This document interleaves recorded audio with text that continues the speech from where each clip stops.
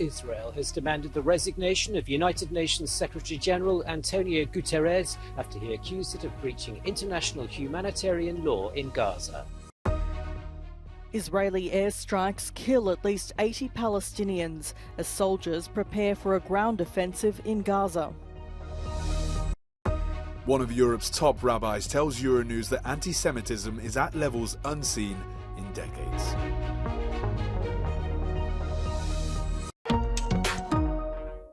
Mr. President, Israel has called on the UN Secretary-General to resign over comments implying Israel had broken international humanitarian law in its bombing campaign in Gaza.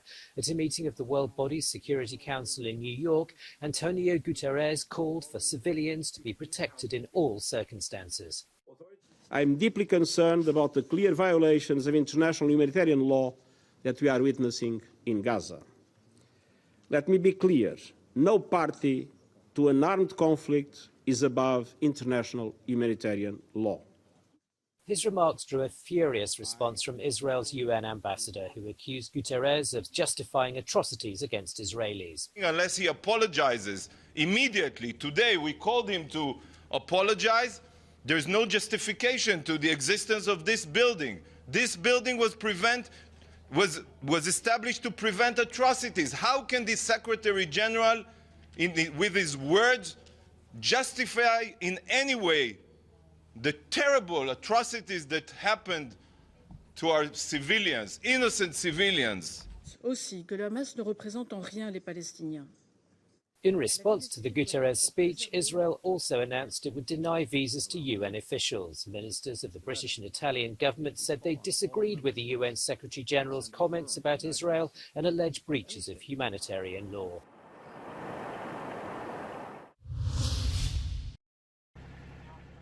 The Israeli Defense Forces released this video said to show airstrikes targeting Hamas positions in Gaza overnight. The militant group, which governs the besieged territory, says those strikes killed at least 80 Palestinian civilians. Hundreds were injured. אנחנו קוראים לכל האוכלוסייה בעיר עזה וסביבתה, ארגון הטרור והנהגת חמאס מנצלים אתכם. הם משתמשים בבתים שלכם, הם משתמשים בבתי הספר, בבתי החולים, מתחת לאדמה, מתחת לבתים שלכם, בסמוך לבתי החולים ובתי הספר, הם מסתתרים שם.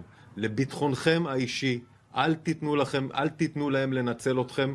נו דרומה, דרומית לנחל עזה. Israel says its troops are getting ready to fight Hamas on the ground in the Gaza Strip. Meanwhile, Israel says it has evidence Iran helped Hamas with pre-war planning. It says Tehran provided training, weapons, money and technology for the October 7 attack on Israel. Iran denies any direct involvement in the attack.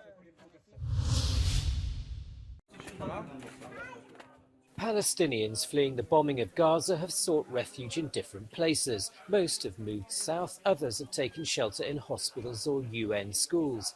But some have gone to the home of an Irish Palestinian citizen, believing that he, as a foreign national, will not be targeted. Euronews correspondent Nebal Hadjo spoke to some of them and their host. بطل الواحد يعرف من وين ايش يعمل. كل الابراج صارت تطلع، كل الناس تطلع، وين رايحين شاردين على ورا الواد زي ما قالوا اليهود، ورا الواد. فاحنا طلعنا واحنا خايفين واحنا ملموسين، يعني لا اخذنا اواعينا ولا سبنا الدور وسبنا الفراش وسبنا الاكل على النار وطلعنا. وبالغصب لما لقينا سياره توصلنا ايش لما بعد الواد زي ما بيقولوا يعني هم. اول يومين كان صعب علينا كثير كتقبل بعض. يعني قعدنا يمكن يومين نفس المجموعه هذه ما بنحكي مع بعض، كل واحد كان معصب، ما حدش طايق الثاني. بعديها لما حسينا انه لازم نندمج مع بعض وننخرط، بدات الافكار تتقارب مع بعض، بدات تطلع الافكار. صار الشخص المسؤول او الشخص الكبير في السن الاكثر حكمه اقترح انه لازم نعمل مثلا صندوق كل شخص 30 شيكل، فوق السنويه لازم 30 شيكل، تحت السنويه 15 لانه اكله اقل بيصير. Ibrahim al-Aga had only planned a short visit, but has been trapped by the war. He felt a duty to open his doors to dozens of displaced Gazans. It's me, my wife, and my 3 children. We came to Gaza. Unfortunately, we got trapped here. Situation is very difficult, so as you can see, we are hosting a lot of friends and relatives. We have a big problem. Maybe you saw our struggle with food, water, electricity, trying to entertain the kids as well. So it's a daily struggle. It's from the morning till we go to sleep. It's daily struggle just to source our needs here as a group. For some people, it might just be a message on the wall, but for others, it means fear. This graffiti in front of a Jewish building in Brussels was done after a big pro-Palestinian demonstration at the European Quarter in the Belgian capital. And the message is not so innocent, as one rabbi tells Euronews. You know you are here, you know this is a synagogue, and this is of course the main message. Since the Israeli-Hamas conflict started, there's been a huge increase in anti-Semitism. Attacks against Jews include physical incidents and verbal aggression, but also hate graffiti and online threats. And even though the authorities are increasing protection levels, European Jews are afraid. Rabbi Margolin says it's something not seen now for decades. We do get a lot of information, a lot of calls, a lot of emails from Jewish people from Europe, both individuals and institutions, synagogues, schools. People see in the street, they get much more remarks, many more bad looks, hatred looks, and call for death and physical incitements. Euronews visited this synagogue in the heart of Brussels, but for security reasons did not film outside the building. The safety measures are draconian. Rabbi Margolin showed us images of hate incidents from all over Europe. This is a school in Germany that you could see marked of graffiti. This is a demonstration against Jews that took place in Spain. This is another graffiti on a Jewish house, which remind us the Kristallnacht, where unfortunately people broke windows of synagogues. He also says that people are taking extra measures to try to protect their families. There are many people now who secure their doors, install cameras, they change the windows, they try to have bulletproof windows, they try to have fireproof doors, and yet many people know it is not enough. According to him, the main tool for hate messages is social media.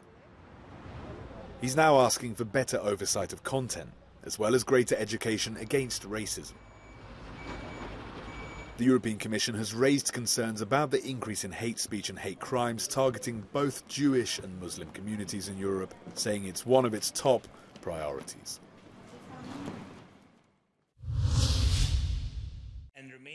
Ukraine's President Volodymyr Zelensky says starting membership talks with the European Union this year is a top priority for Kyiv.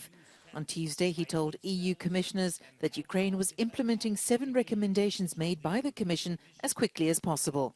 Крок за кроком ми рухаємось до історичного досягнення у відносинах з Європою. Ми працюємо заради того, щоб вже цього року були відкриті переговори про членство України в ЄС. Мотивація – це теж зброя, і її також треба перезаряджати. Ми очікуємо цього потужного заряду для української мотивації. Готовності з боку ЄС розпочати переговори з Україною. Meanwhile, demining operations continue on Ukraine's eastern front in its war with Russia. One of the explosives engineers lost a leg after stepping on a mine in the region of Kherson. But he and a fellow amputee says someone has to do the job. And firefighters have been working to extinguish a blaze in the Russian-held city of Donetsk. Its Moscow-backed mayor says the building was hit by Ukrainian shelling, killing one person and injuring another.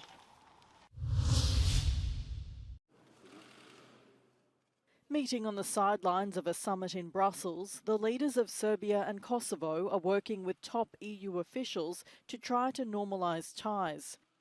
It comes 1 month after a shooting involving the Serbian nationalist paramilitaries and Kosovan security forces in northern Kosovo in September. After more than a decade of negotiations, the EU wants the Balkan neighbours to settle on a plan and put the hostilities to rest. Natyrisht se Kosova ka qenë gjithmonë dhe ka treguar gatishmëri, ka qenë e gatshme dhe ka treguar gatishmëri për pjesëmarrje në dialog me konstruktivitet e natyrisht edhe me obligime të cilat janë të njëjta për të gjitha palët, pasi të ato të dakordohen, përfshi këto dhe zbatimin e marrëveshjeve paraprake. Last Saturday, British, European and US diplomats presented a draft document aimed at helping to resolve their differences. Kosovo declared independence from Serbia in 2008, which Serbia doesn't recognise. Serbia regards Kosovo a breakaway province. Šta su oni doneli, mogu samo da slutim ili mogu da kažem samo ono što bi bilo najnormalnije da donesu, a to jeste da donesu neko draft statut zajednice opštine sa srpskom većinom. Local elections held in northern Kosovo's Serb-dominated communes in April were overwhelmingly boycotted by ethnic Serbs. Dosadašnje izjave i stranaka pozicije i opozicije na Kosovu nagoveštavaju da zapravo neće rizikovati da se sugeriše sadašnjim gradonačelnicima da daju ostavku. Što znači da ćemo u narednih 6 mjeseci, ukoliko ne dođe do ostavki, imati jednu vrstu produžene političke krize. Washington and Brussels want Belgrade and Pristina to implement a 10-point plan put forward by the EU foreign policy chief earlier this year.